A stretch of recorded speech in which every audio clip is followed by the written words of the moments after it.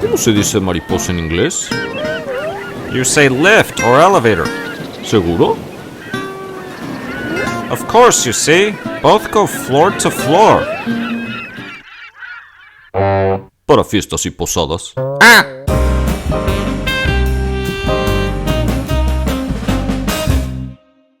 Hello and welcome. So in this video, I'm going to talk about how to tell time in Spanish. And then I have a few notes about days, what's today, tomorrow, day after tomorrow, etc.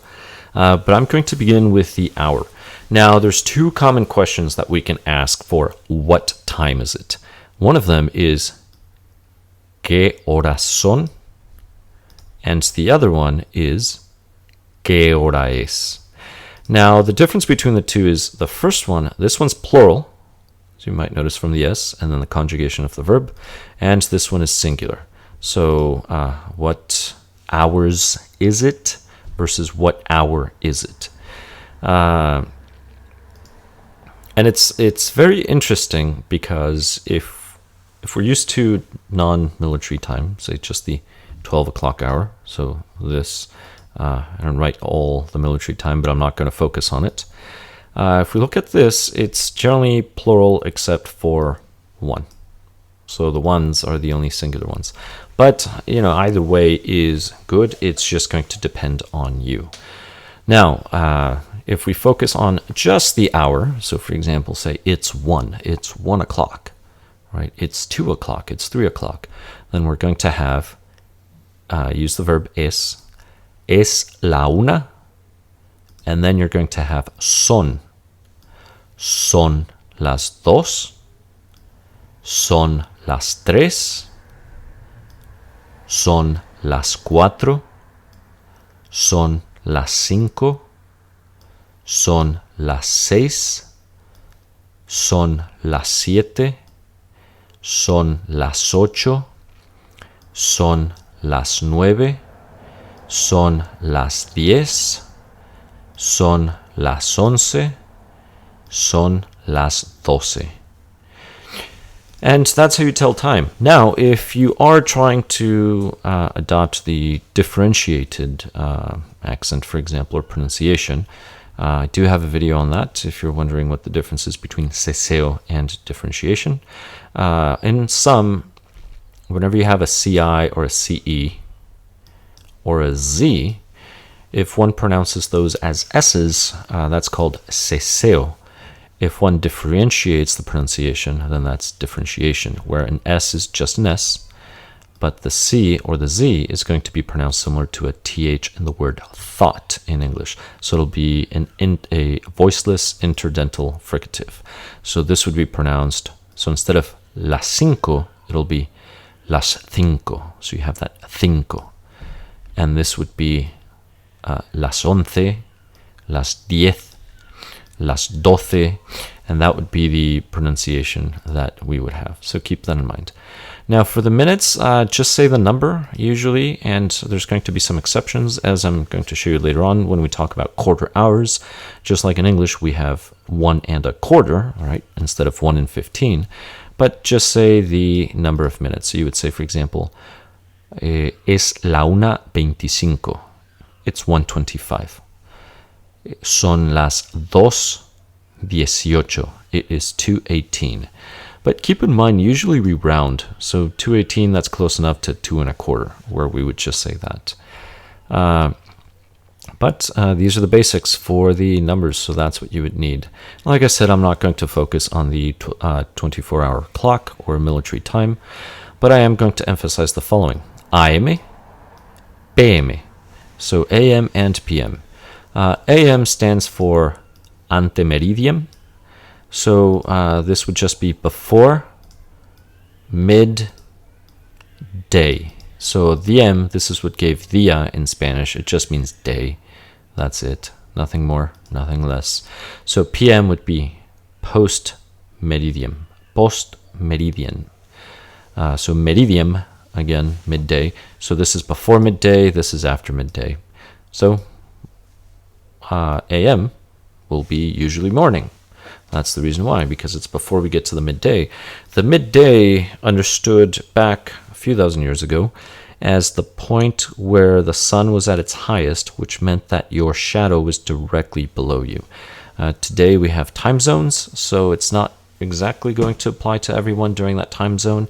But if you're ever curious if it's midday or not, just look at your shadow. If it's directly below you, it's midday or close to it, depending on where you are within that time zone. But going back to this, so 12 a.m., that is your first twilight. Or would that be your second twilight? That's a very good question. I'm going to say it's your second. Well, you can put it in the comments. The only reason why I'm thinking is because midday, and then here it ends. But then again, your ending is your start. But this would be medianoche, which is midnight, right? So media is just middle, half, and then night. And then here you have mediodía, which is midday. And that's usually how we say this. So usually we're not going to say 12 a.m. Oh, what time is it? Oh, it's 12 a.m. Somebody will say, es la medianoche. So, es la medianoche. Here, es el mediodía. So this is grammatically feminine, so it'll be es la, so you'll have la medianoche. This is grammatically masculine, so it'll be el, es el mediodía. Right? Now, the greetings are pretty straightforward. So, buenos días, right? That's good morning or good day. Literally, it would be good days. So, when you greet people, you're saying good days, as in, may you have good days. And buenas tardes, this can be good afternoon. Again, plural, good afternoons. It can be good afternoon, but it could also be early evening. So, good evening in the early part of the evening. And now we have buenas noches. So buenas noches, that's good nights. So good night. But this can also be the later part of the evening as well. So Spanish doesn't really have an evening. Evening gets split between these two. So you're just going to have to wing it. So when do you know when to use one or the other? No clue. No, I'm kidding. Well, if you've woken up, it's going to be day, assuming you slept during the nighttime. If you've already had lunch, you're probably going to start using buenas tardes, unless you have your watch and you know for sure it's past noon, or you've been looking at your shadow. Now, here, once the sun starts setting, if it's still somewhat light, it'll probably still be buenas tardes, but as soon as you part, you might just say buenas noches, because, well, it is getting darker and night is setting. But if the sun is setting and it's now darker, closer to darkness than it is to light, then you'll probably just say buenas noches as you greet, and you'll say the same thing as you part, which leads us to the next interesting points. So when you greet, if you greet buenos días because it's the morning, usually, and this is what many of us are used to, we tend to reply with the plurals as we part. So it'll be que pase buenos días.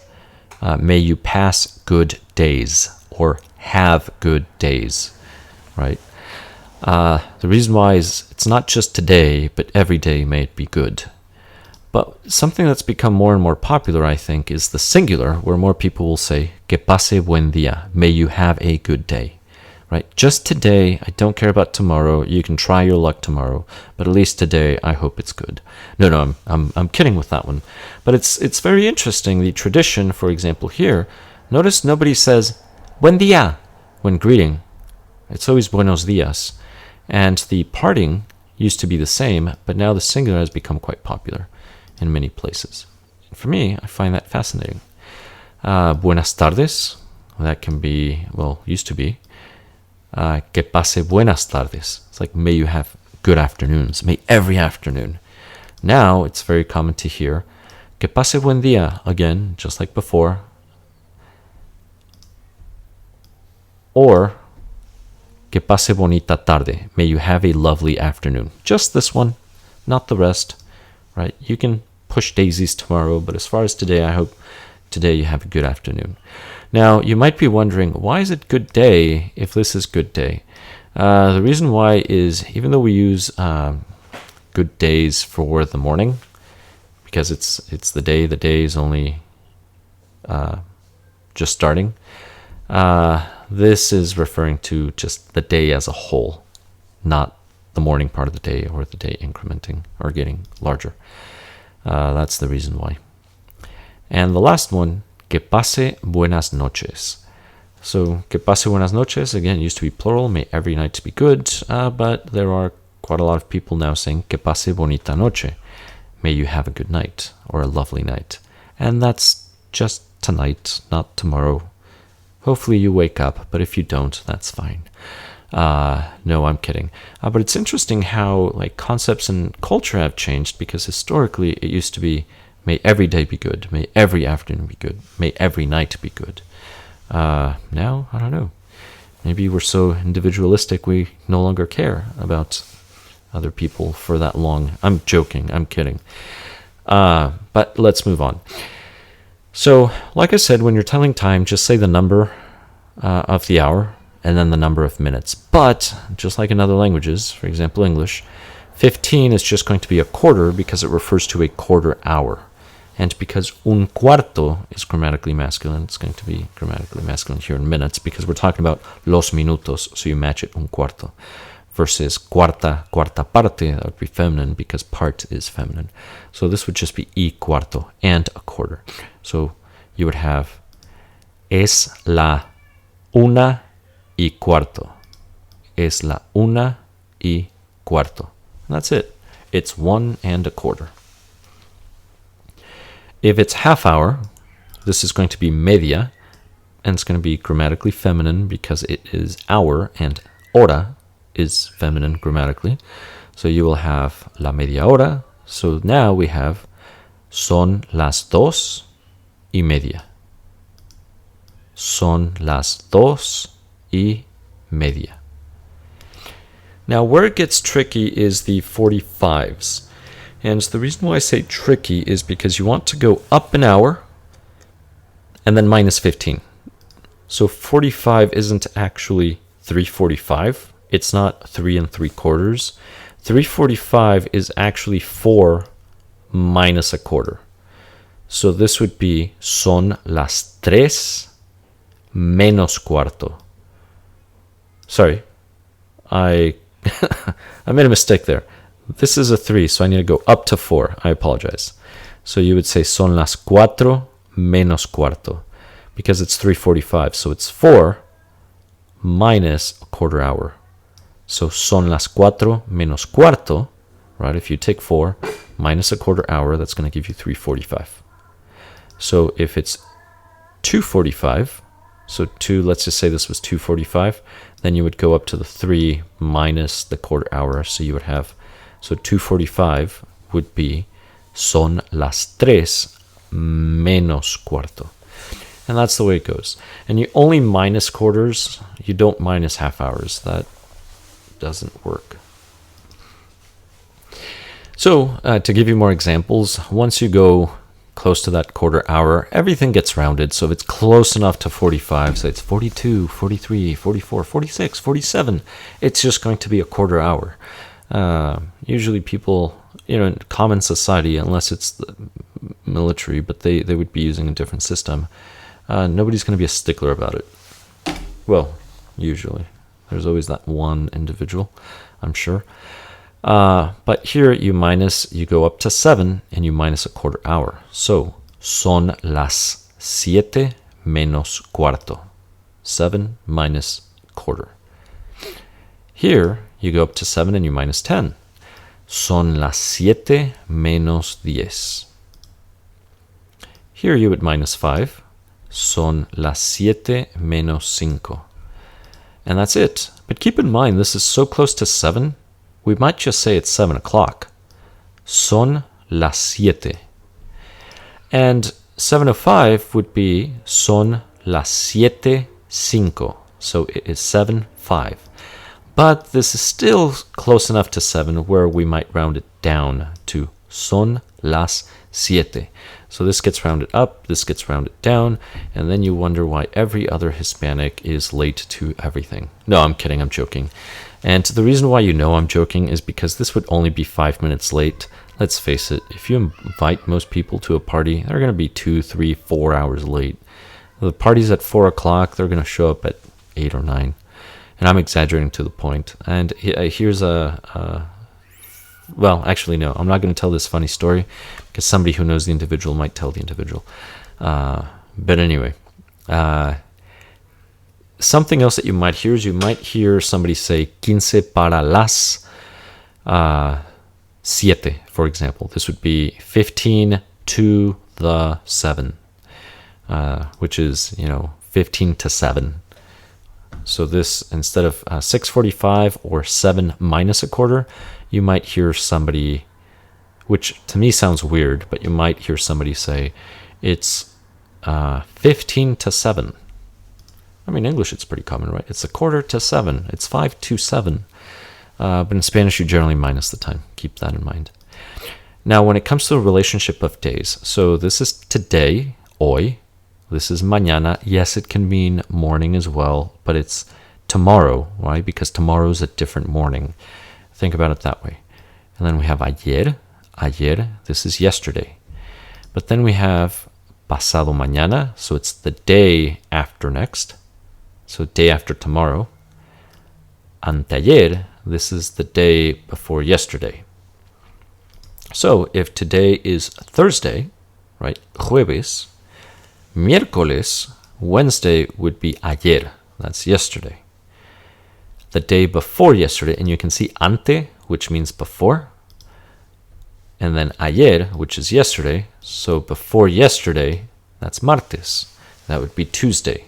So remember, lunes, Monday, martes, Tuesday, miércoles, Wednesday, jueves, Thursday, viernes, Friday, sábado, Saturday, domingo, Sunday. Now let's go forward. So this is today. So tomorrow would be mañana. That would be Friday.